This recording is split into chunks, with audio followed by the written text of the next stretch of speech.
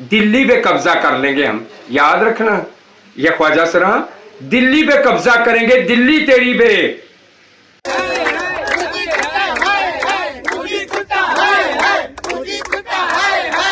हमले के बाद पाकिस्तानी के कुछ किन्नर, किन्नर नहीं कहेंगे, किन्नर तो एक भारतीय परंपरा है, बहुत पवित्र नाम है।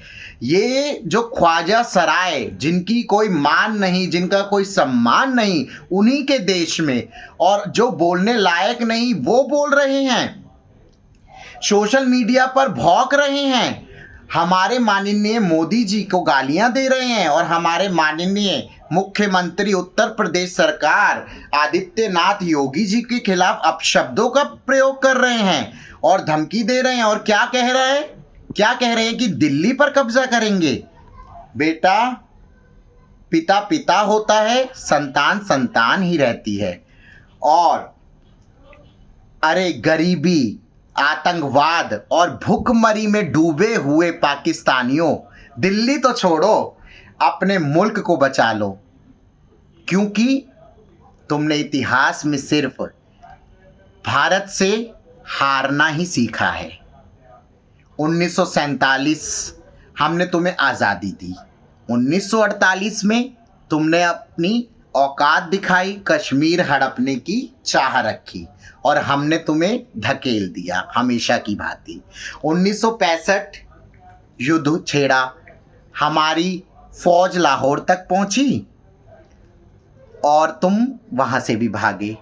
फिर 1971 में, वो साल नहीं, तुम्हारी राष्ट्रभक्ति की एक कब्र थी, वो तुम्हारे लिए सिर्फ एक वर्ष नहीं था। और 93,000 पाकिस्तानी सैनिकों ने भारतीय सेना के सामने हथियार डालकर सरेंडर किया था, पर तुम अपनी औकात भूल गए और एक नया देश बना, बांग्लादेश।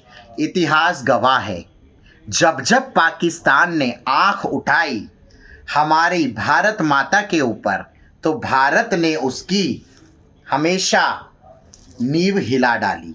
किसकी?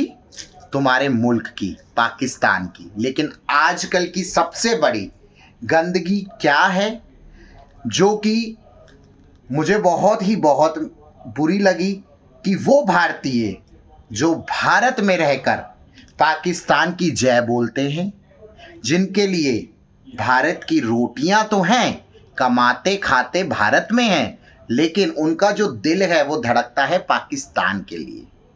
शर्म आनी चाहिए उन ऐसे खून को जो मिट्टी से गद्दारी करता है और साथ ही साथ अपने मजहब से भी गद्दारी करता है।